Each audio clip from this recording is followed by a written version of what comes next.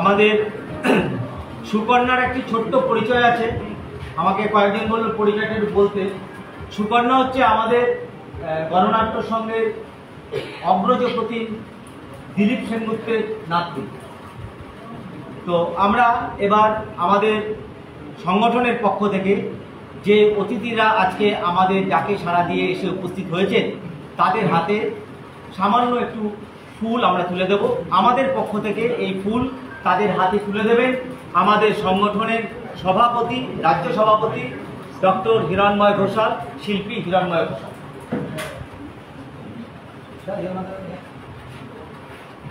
একে একে আমাদের উদ্বোধক পরাণ বন্দ্যোপাধ্যায়, প্রথমেই পরাণদার হাতে তুলে দেওয়া হচ্ছে।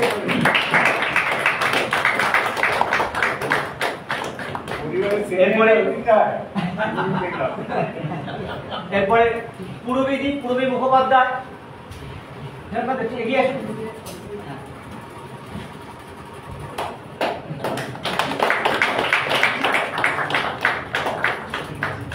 কল্যাণ সেন বরাট,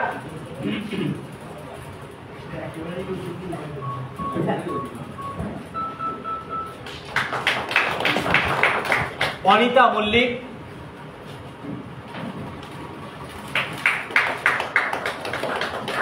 সুমন্ত্র সেনগুপ্ত,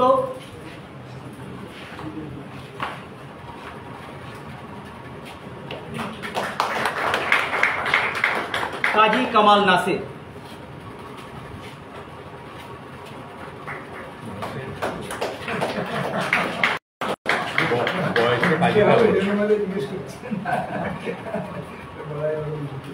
হাইটে সুমন্ত্র বেশি, বয়সে কাজীটা করো।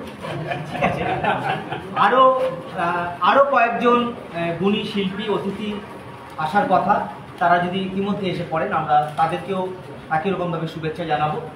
তো আমাদের এবারের যে সম্মেলন আমরা নতুন পথে নতুনভাবে কীভাবে করতে চেষ্টা করছি এবং আমাদের সম্মেলনের অভিমুখ কী হতে পারে এবং সামগ্রিকভাবে এই সময় দাঁড়িয়ে গণনাট্য সংঘের সম্মেলন আমরা কিভাবে এগিয়ে নিয়ে যাব, এই সমস্ত কিছু নিয়ে একেবারে ছোট একটি মুখবন্ধ উপস্থিত করছেন আপনাদের সামনে ভারতীয় গণনাট্য সংঘের সাধারণ সম্পাদক দিব্যেন্দু চট্টোপাধ্যায়।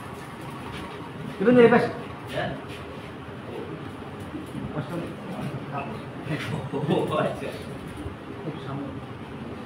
আজকে সবার কোনো সভাপতি নাই, আমাদের যারা এখানে আমাদের উদ্বোধন পর্বের অনুষ্ঠানে উপস্থিত হয়েছেন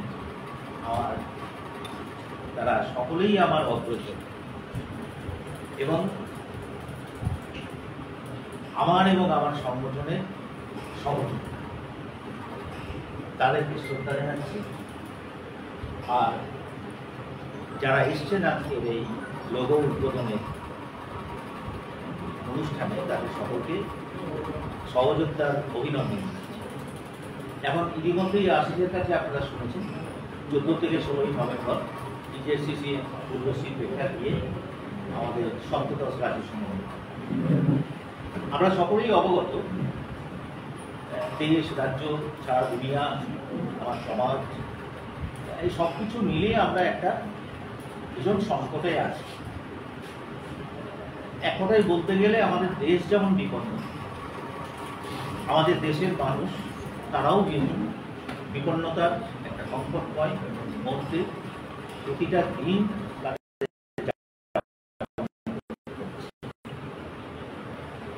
এবং যে রাষ্ট্র এবং আমরা যে রাজ্যে বাস করি, একদিকে হিন্দুত্ব, তার এজেন্ডা, তার পরিপ্রেক্ষিতে মানুষের যে সংকটগুলো নেমে আসছে, সেই সংবিধান হতে পারে, সংবিধান স্বীকৃত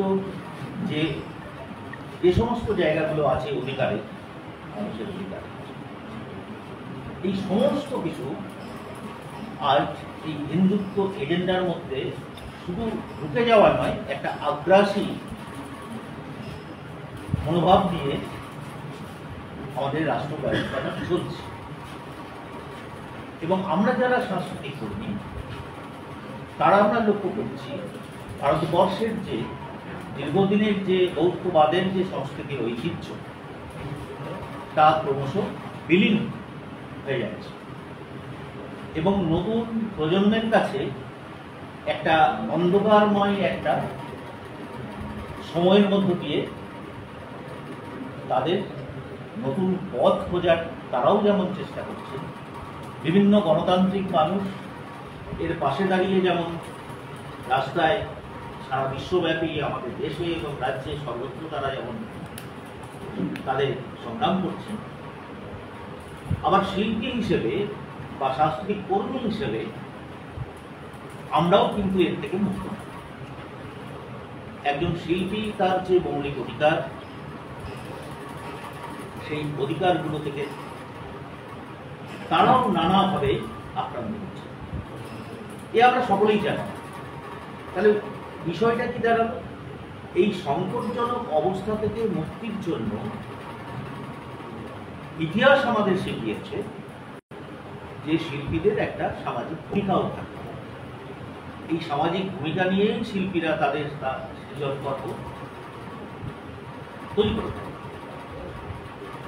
কিন্তু যেভাবে আগ্রাসীভাবে আমাদের আক্রমণগুলো নেমে এসেছে, এই সম্মেলনে আমরা সেটাই ঠিক করব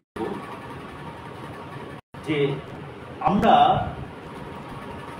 কোন লক্ষ্যে এবং কোন পথে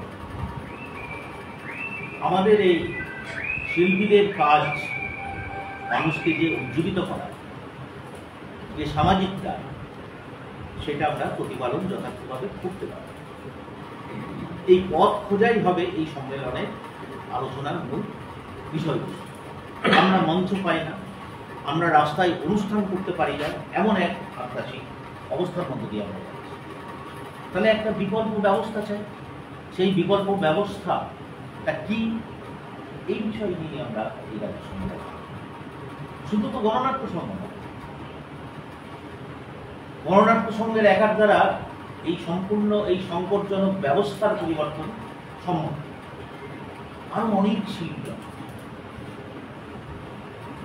আমরা সেই কাজই করার চেষ্টা করছি। শিল্পীদের ব্রিগেড তৈরি করতে হবে, যারা চান এই ব্যবস্থার আমূল পরিবর্তন, মানুষ যাতে ভালো থাকতে পারে। ঠিক এই অভিমুখেই আমরা রাজ্য সম্মেলনে সকলে উপস্থিত এবং আমাদের যে অগ্রজ সহযোদ্ধা, বিশিষ্ট সাংস্কৃতিক ব্যক্তিত্ব যারা উপস্থিত হয়েছে, তারা আমাদের অতিথি কোনো কালেই ছিলেন না, এখন আগামী দিনেও না। তারা আমাদের সহযোদ্ধায়, তাদের পরামর্শ নিয়েই আমরা গণনাট্য সংঘ কাজগুলো করেছি। তাদের দীর্ঘদিনের গণনাট্য আন্দোলনের অভিজ্ঞতা, এটাই আমাদের পাথে। কারণ আমরা বলি ঐতিহ্যকে জানো, শেখো, ঐতিহ্যকে রক্ষা করো, যেগুলো সব শেষ করে দেওয়ার চক্রান্ত চলছে। সেই ইতিহাস হতে পারে, তার মূল্যবোধের সংস্কৃতি হতে পারে, বিজ্ঞান হতে পারে, আমাদের যা কিছু একটা সভ্যতাকে এগিয়ে নিয়ে যায়, সবগুলোই আপনার এই সহযোগিতাদের আমাদের ভীষণ রাজ্য সম্মেলনের মতো আরো অনেক শিল্পী বন্ধু করতে আমরা আলোচনা করতে চাই সবিস্তারে। এই অভিমুখে আমরা রাজ্য সম্মেলনে যাব, আপনাদের সকলের সহযোগিতা এবং আমাদের এই আহ্বান নিয়ে অভিমান জানাচ্ছি এবং আমার সহযোদ্ধা অগ্রজ শিল্পীদের শ্রদ্ধা জানাচ্ছি। আমাদের আজকের যে অনুষ্ঠান একেবারেই ছোট একটি অনুষ্ঠান, এরপরে আমরা আমাদের লোগো উদ্বোধন হবে এবং তারপরে বিশিষ্ট অতিথি যারা আছেন তারা একটি কথা বলবেন। দিব্যেন্দুদা সমস্ত ব্যাপারটা আপনাদের সামনে খুব পরিষ্কার করে রেখেছে। আমাদের এবারের সম্মেলনটা শুধুমাত্র আলোচনা, পর্যালোচনার মধ্যে আবদ্ধ থাকবে না। এবছর আমাদের প্রযোজনা ভিত্তিক সম্মেলন, সৃজন ভিত্তিক সম্মেলন, এইরকমভাবেই আমাদের ভাবনা শুরু হয়েছে। একেবারে শাখা স্তর থেকে, জেলা স্তর থেকে আমরা সেভাবেই সংগঠিত করতে চাইছি। এর পর্বের, এই রাজ্য পর্বের এই লোগো উদ্বোধন আমরা এবছর এইভাবে করতে চাইলাম কেন, তার একটি কারণ হচ্ছে, এই কথাটা আমার একজনের থেকে শোনা, বলতে ইচ্ছে করলো দেখে বলছি, যে জার্মানি কবি গেটে তার একটা বিখ্যাত লেখায় লিখছেন যে পাইন গাছের ছায়া এত স্নিগ্ধ, এত সৌন্দর্যপূর্ণ, হয় যে তার তলা দিয়ে একবার মানুষ হেঁটে গেলে যে মানুষ আসে তারপর সেই ছায়ায় জিরিয়ে যখন বেরিয়ে যায় একই মানুষ আর থাকে না, তার মধ্যে কিছু না কিছু পরিবর্তন হয়, তার ভেতরে সেটা থেকে যায়। আর এই ব্যবস্থাকে বদলাতে পারে সাংস্কৃতিক আন্দোলনের মধ্যে দিয়ে যাদের সৃজন ক্ষমতা, যাদের জ্ঞানের ভাণ্ডার আমাদের উৎসাহিত করে, আমাদের উত্তেজিত করে, এরকম মানুষদের সংস্পর্শের মধ্যে দিয়ে আমরা আমাদের সম্মেলনের সূচনা পর্বটিকে আবদ্ধ করতে চেয়েছি। তাই এই বিশিষ্ট জ্ঞানীজনেদের কাছে আমরা এসেছি, আমরা পৌঁছেছি তাদের কাছে যে সকলের সাথে একসাথে মিলে আমরা কেন একটা নতুন পৃথিবীর স্বপ্ন দেখতে চাইব না। এই জায়গা থেকে আমাদের এবারের লোগো উদ্বোধন হবে। সবার প্রথমে লোগোটি উন্মোচিত করে তুলে ধরবেন সকলের শ্রদ্ধেয় অভিনেতা, আমাদের অগ্রজ সংগঠক পরাণ বন্দ্যোপাধ্যায়, এবং তার সাথে সাথে আমাদের সমস্ত অতিথিদের হাতে সে একই লোগো থাকবে। সকলকে অনুরোধ আপনারাও একসাথে সেটি তুলে ধরবেন এবং এই সমস্ত অতিথিদের হাতে আমাদের গণনাট্য সঙ্গের তরুণ প্রজন্মের শিল্পীরা এই লোগো আপাতত তুলে দিচ্ছে। তুলে দাও সবাই, সুকন্যা হয় সবুজা পরাণদার হাতে ওটা খুলে দিতে হবে, ইধানবাদের খুলে দিন, পরাণদাকে সহযোগিতা না সবার হাতে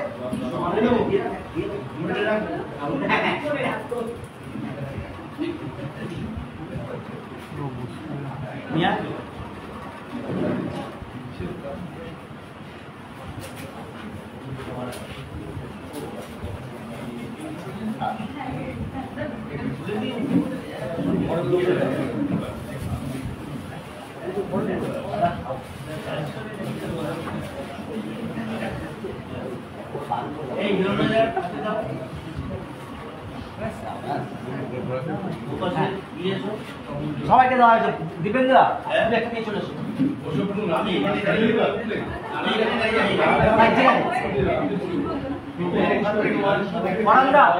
এবার তুলে ধরুন সবার জন্য।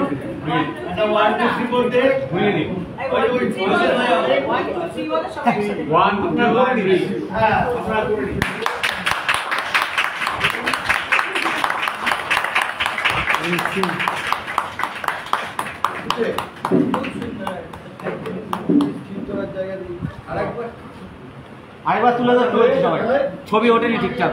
লোগোটা তৈরি করেছে এই শিল্পী আশিস দেব। এটা নিজে যেহেতু ছোট বলবে না নিজের নাম, এটা ডিজাইন করে আশিস।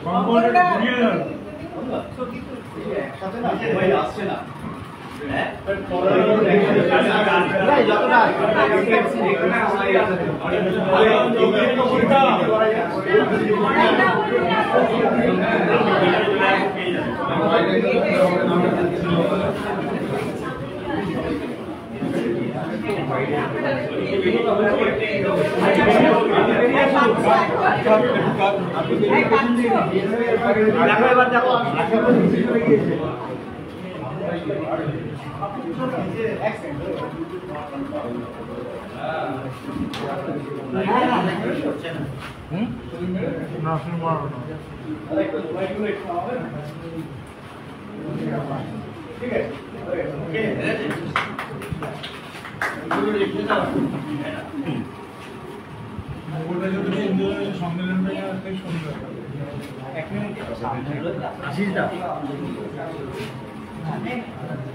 এবার আমাদের সবার সামনে প্রথমে একটু বলার জন্য অনুরোধ করব শ্রদ্ধেয় পরাণ বন্দ্যোপাধ্যায়।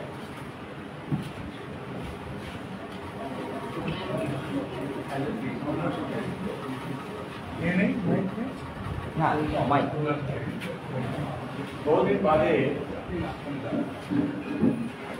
সম্মেলন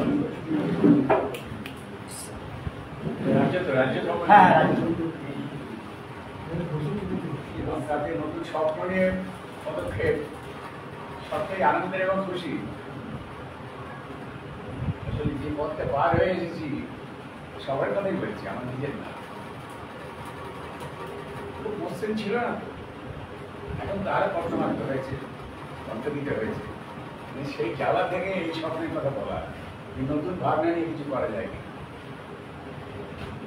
ঠিকই আছে। কিন্তু একটা কথা বলবো যে নতুন দেশ, নতুন পৃথিবী গড়ার স্বপ্ন সব ঠিক আছে, কিন্তু আইপিটিএ অনেক সাংঘাতিক কাজ করেছিল, করে এসেছে, আগামী দিনেও করতে পারে, সম্ভাবনা আছে। কিন্তু একটা জিনিস মাথায় রাখা, কেন পারে কথা বললাম, পৃথিবীতে আইপিটি এর মতো সাংস্কৃতিক কর্মসূচি পৃথিবীতে আর কোথাও নেই। এটা আমাদের গর্বের, আনন্দের এবং ইতিহাস। যদি আমাকে দেখাতে পারে তাহলে আমি উদ্যোগ করে নেব। আমি জানি কেউ দেখাতে পারবে না পৃথিবীতে কোথাও ভারতীয় গণনাট্য সংঘের কর্মসূচির মতো কর্মসূচি, পথ চলা, সৃষ্টি সবকিছু মিলিয়ে পৃথিবীতে আর কোথাও নেই। সেই সম্পদের অধিকারী বা সেই ইতিহাসের অধিকারী হয়ে আমরা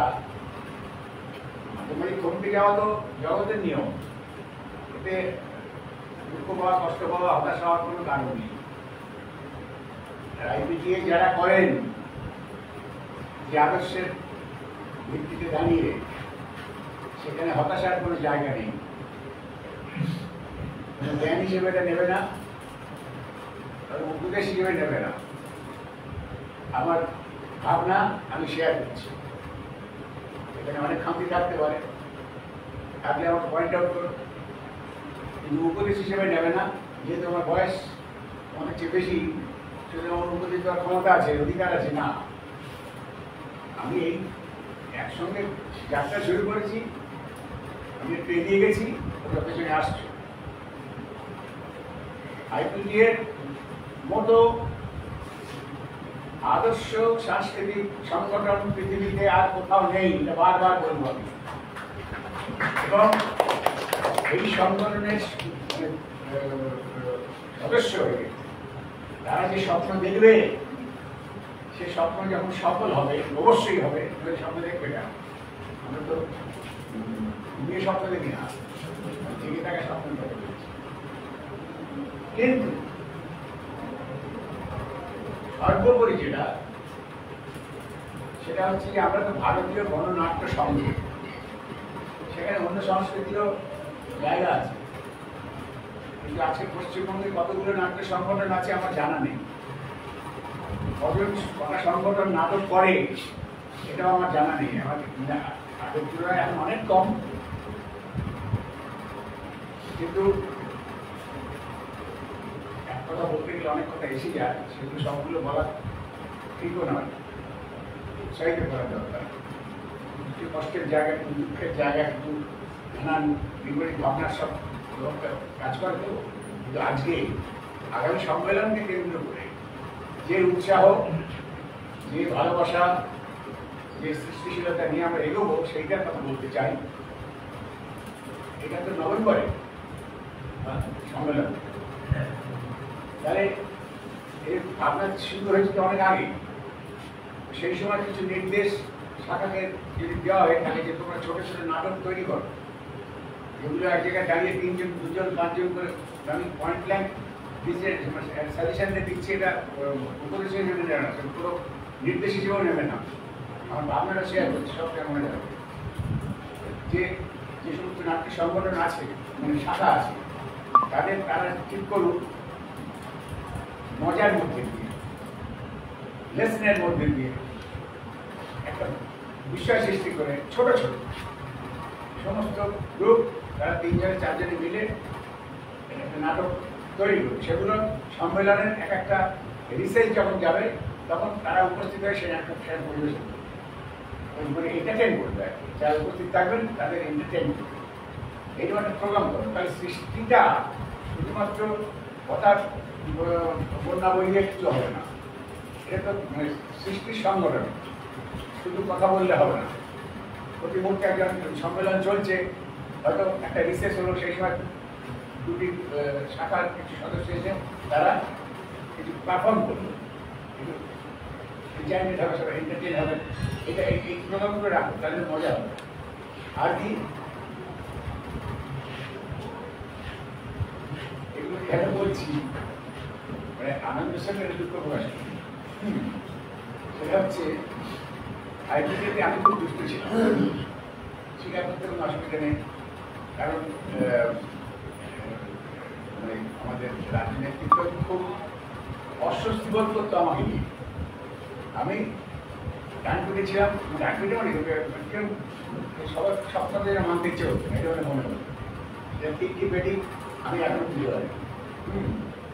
কারণ অনেক বাধা ছিল, মানে সাংগঠনিক বাধা।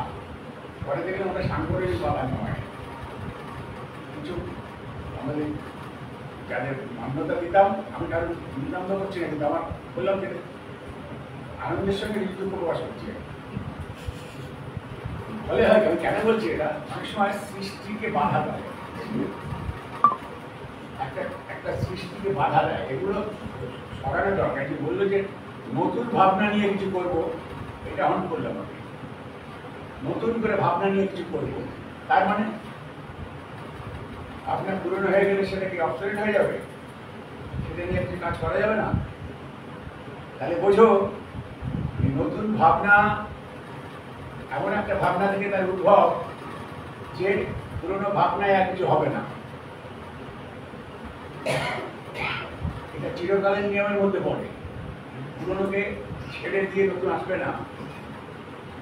আমরা এই যে বললাম যে যখন বিশেষ যাবে তখন ছোট ছোট গ্রুপ করবে, এটা তো পুরনো ভাবনাই এই নতুন ভাবনাগুলো ভাবায়। আর কি সেটা হচ্ছে যে প্রচার প্রচারগুলো হবে সবাইটা ঠিক আছে, কিন্তু এইখান থেকে সম্মেলন থেকে আমার একটা অনুরোধ, সম্মেলন থেকে একটা মেসেজ যাবে যে আগামী দিনে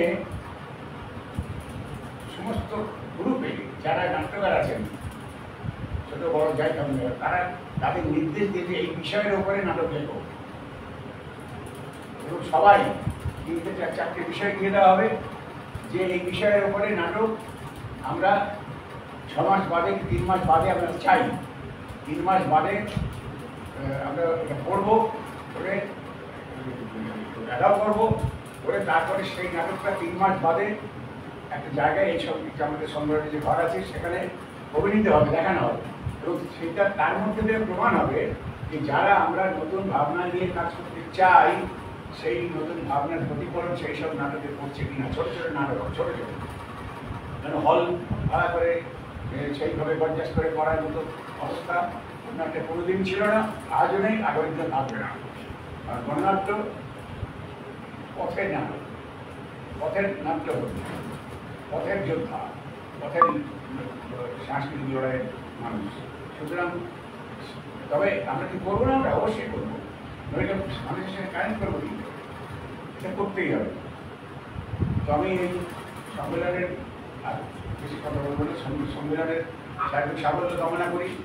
আমি একটা ইচ্ছে প্রকাশ করলাম, যাকে এটা করলে ভালো হবে, সবাই ব্যস্ত থাকতে হবে, সম্মেলনকে কেন্দ্র করে সবাই সৃষ্টিকে নিয়ে ব্যস্ত থাকতে হবে, এবং তারপরে কমিটি হবে যে তারা যারা নাটক দিয়ে ওই নাটকগুলো পড়া হবে, রিহার্স করা হবে, তারা রিহার্সেল করবে, সম্মেলনে যাতে হাজিরটা করা যায়, বা সম্মেলনের পরে আর একটা অনুষ্ঠান হবে যে এই নাটক হয়েছে সেই নাটকগুলো একদিন একটা উৎসব হবে, ছোটোখাটো 2 দিন ধরে একটা উৎসব হবে, নতুন নাটক দেখা হয়েছে, তার প্রোগ্রাম চালা হচ্ছে, সেটা এখানে ঘরের মধ্যে হোক বা আরেকটু বড় জায়গায়, তাহলে হবে কি এটা উৎসাহ পাওয়া যাবে, সৃষ্টির উৎসাহ পাওয়া যাবে। শুধু মানে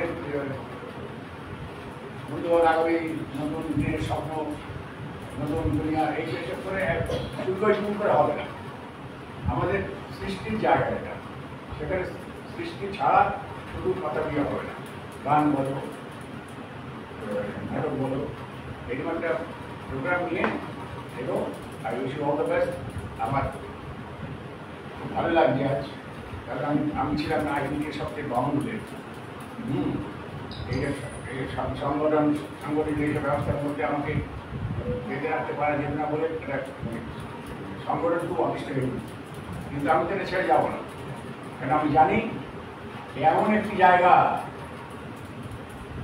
যে এখানে বলে না, আমাকে যখন আমি কাজকর্ম করতাম তাই থেকে এখানে সব আলোচনা হতো যে সব পড়াটা বুঝে হয়ে যাবে, পড়াটা বুঝে হয়ে যাবে, হ্যাঁ পরীক্ষা করে সব চলে গেছে, তো সেটা দেখে অনেকে হতো যে গেলে বুঝি, কিন্তু তো আমার সামনে এসে বলতো না, আমি তখন আমার কথা বলতাম, কিন্তু আমাকে আমার ভালোবাসাটা কমেনি, সবাই ভালোবাসতো আমাকে, কিন্তু অতিষ্ঠ হয়ে গেল। আর আমিও ছাড়বো না, আমি ছেড়ে যাবো কোথায়? কারণ এই আদর্শ একবার যদি রক্তে মেশে, এমন একটি আদর্শ যে একে ছাড়া তুমি বাঁচতে পারবে না। এর মধ্যে কি আছে এটা যদি অনুধাবন করো, রক্তে যখন মিশে যাবে, বিভিন্ন জায়গায় যখন আমাকে বলতো যে বরন্দা এটা করছে, বরন্দা ওটা করছে, আমি হ্যাঁ দেখ, নোনা জলে পাথর পচে না।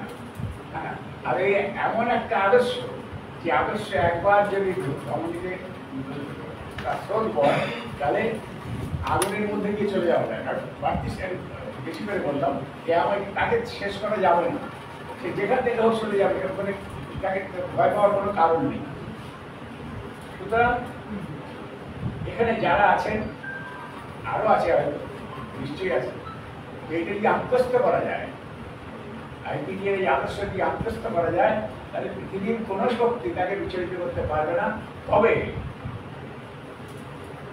যেহেতু এটা সাংস্কৃতিক সংগঠন, সৃজনশীলতার সংগঠন, সেই ব্যাপারে নিজে কিন্তু অনুশীলিত করতেই হবে। নইলে সৃষ্টি ছাড়া এই সংগঠনের কোনো মানে ইয়ে নেই, স্বাগত নেই। সৃষ্টি করতেই হবে, ভালো হোক মন্দ হোক, এটা করে যেতেই হবে। আগামী দিন 10টার মধ্যে 5টাতে ছিটকে বেরিয়ে যাবে, সেগুলো উপস্থাপন হবে মানুষের সামনে। আগে সম্মেলনকে কেন্দ্র করে একটা নির্দেশ থাক, সম্মেলনের মধ্যে হোক বা সম্মেলন থেকে যদি কোনো নির্দেশ দেওয়া হয় সমস্ত শাখাকে, যে তোমরা 2 মাসের মধ্যে ছোট নাটক করো, কত নাটকের মধ্যে নাটক করো, যেগুলো আমরা একদিন দেখবো, শুনবো, শুনে মত দেবো, তারপরে সেই প্রকাশনগুলো হবে। 2 মাস বাদে একটা সাংস্কৃতিক অনুষ্ঠানের মতো করে সেইখানে সব পরপর শাখা থেকে আসবে, তারা উৎসবে উৎসিত হবে। এটা আমি একটা সাজেশন দিতে পারি।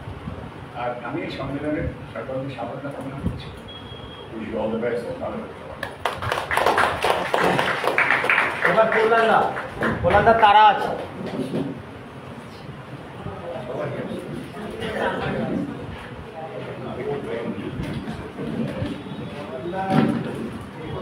বললেন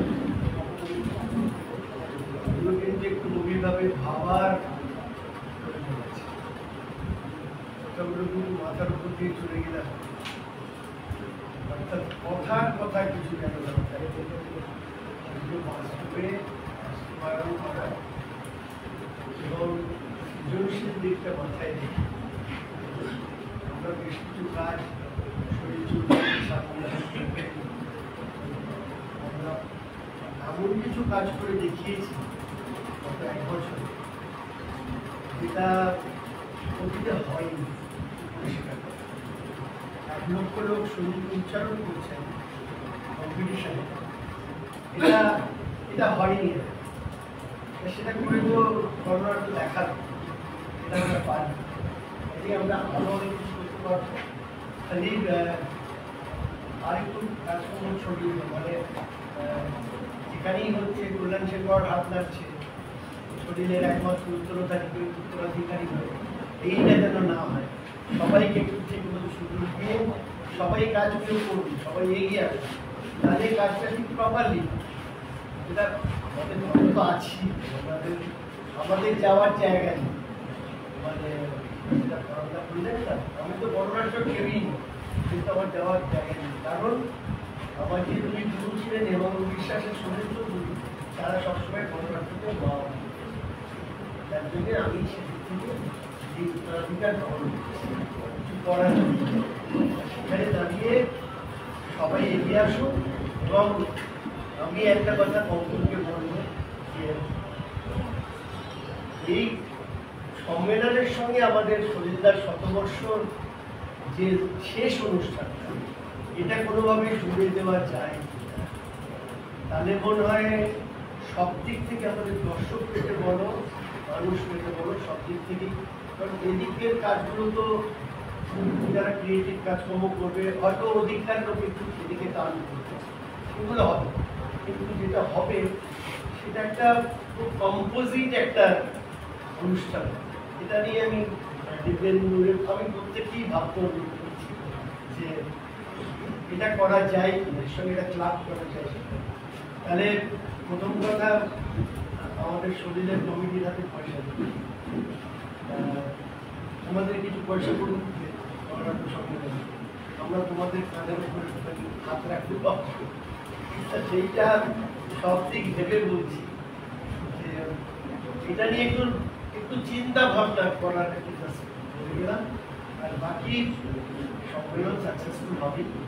আর আমরা প্যারালালি একটা জিনিস আমাদের ভাবতেই হবে, সেটা আমি সব জায়গায় সব অনুষ্ঠানে বলছি, যে সুনীলদা আমাদের একটা সুযোগ করে দিয়েছেন যে মানুষের সংস্কৃতি মানুষের কাছে।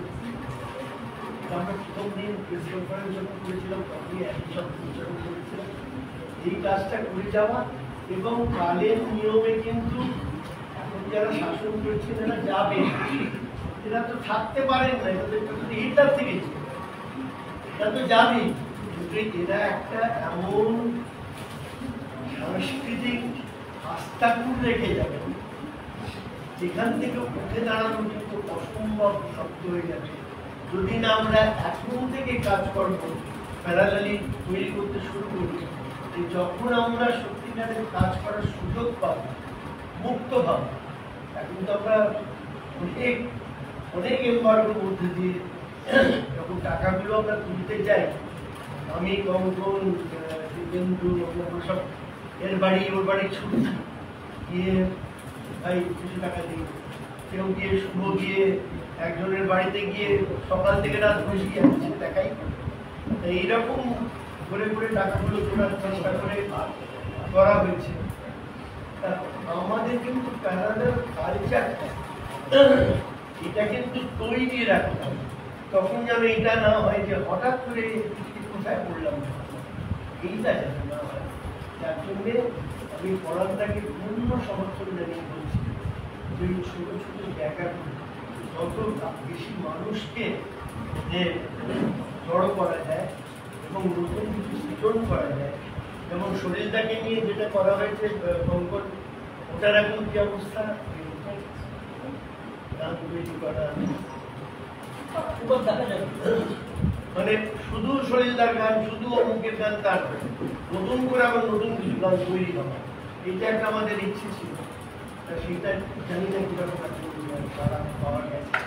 ছবি তৈরি করার একটা কথা হয়েছিল, সেটাও কি ছাড়া পাওয়া গেছে।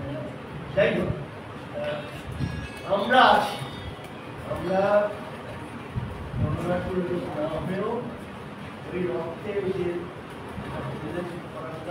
আমার সব কথাগুলো পুরো ভুলে গেছে। এই রক্তটা রংটা তো এমন হয়ে গেছে, এমন এত লাভ কিন্তু ঠিকেও পিছিয়ে পিছিয়ে যে ঠিকে করবে তাও পাচ্ছি না। তাহলে দু পয়সা বেশি রোজগার করতে হবে, মানে পারতে হবে। মানে এখন শুরু হবে কিন্তু টিউশন দিচ্ছে, তাহলে ওইটার পয়সাই খেতে হবে। সেইটা একটু এদিক ওদিক কম্প্রোমাইজ করলে আর একটু ভালোভাবে থাকতে পারতাম, কিন্তু ওই রকমটা করতে দিচ্ছে না। যাই হোক, সকলে ভালো থাকুন, মুক্ত মনে থাকুন, পাটা মাটিতে, মাথাটা আকাশে রেখে আকাশ থেকে যত আলো সমস্ত কুড়িয়ে এনে সমাজের যে যে অন্ধকার জায়গাগুলো সেখানে ছড়িয়ে আমাদের চড়ে আছে।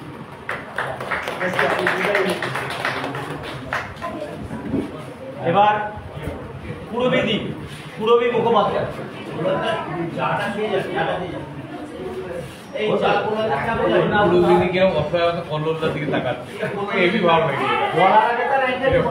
এইটা আমার দারুণ লেগেছে।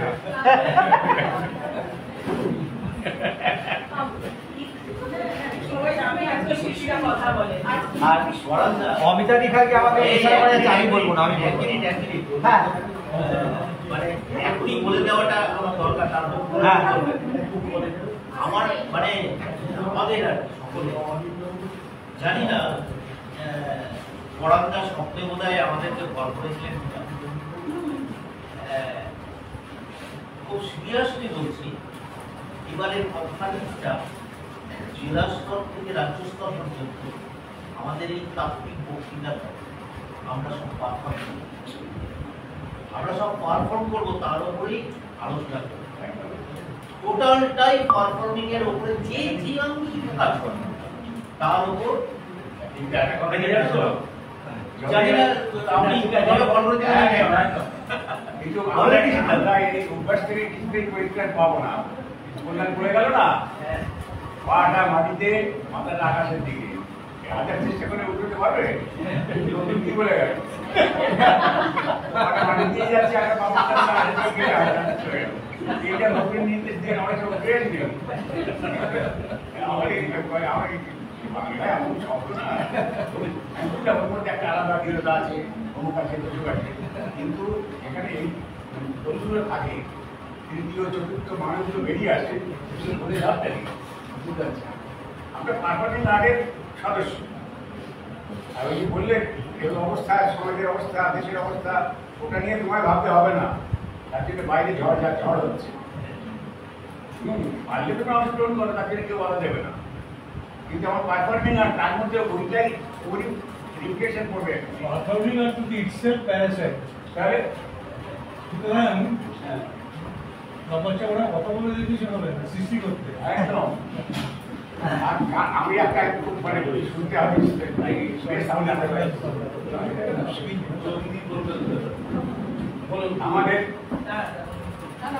আমাদের গণতন্ত্র আছে, কর্মসূচি আছে, আমাদের নিজেদের পথ চলার নির্দেশ আছে, পথ চলার কৌশল আছে, সব আমাদের নিজস্ব। এটা তোমাদের সাথে এই জন্য বলছি, এটা আমি ওইখানে চিন্তা করে বলতাম। আমরা আমাদের আদর্শ এক, লক্ষ্য এক, পথ চলা এক, রিদিম এক, সব এক। পাশে দেখছি তাদেরও এক, তাদের উদ্দেশ্য, লক্ষ্য, পথ চলা, কৌশল লক্ষ্য এক। তারা এসে মাঝে কোথায় যাচ্ছি ভাই, তাই চল তুই হাত ধরে যাচ্ছি। কিন্তু হঠাৎ দেখলাম আমাদের চেয়ে লোক সমাগম বেশি, এই জন্য তারা একটু আমাদের উপর খবরদারি করতে শুরু করলো। ভালোবাসা খবর দেয়, কিন্তু দেখা গেল ভালোবাসা তো সবাই সমানভাবে করতে পারে না। কেউ জড়ি ধরে করে, কেউ মাথা ঠান্ডা বেড়ে করে, কেউ আদর করে, কিন্তু সহ্য হলো না। এরপরে হলো কি, দেখা গেল আমরা একটু নির্ভর করে ফেললাম, কারণ একটু বড় ক্যানভাসে নির্ভর করে ফেললাম। তারপরে হলো কি, একবারে সবটাই নির্ভর করে ফেললাম, এবং এই নির্ভরতা অন্যভাবে ব্যাখ্যা করবো না কিন্তু এটা একদম, এটা হয়তো অনেকে ভাবনার মধ্যে আছে, আমরা আছে, আমি বলছি যখন উত্তর ছিল তখন আমি বলেছি। এইবার হলো কি, আমাদের শ্রেণীগত অবস্থানটা ভুলে যাও না।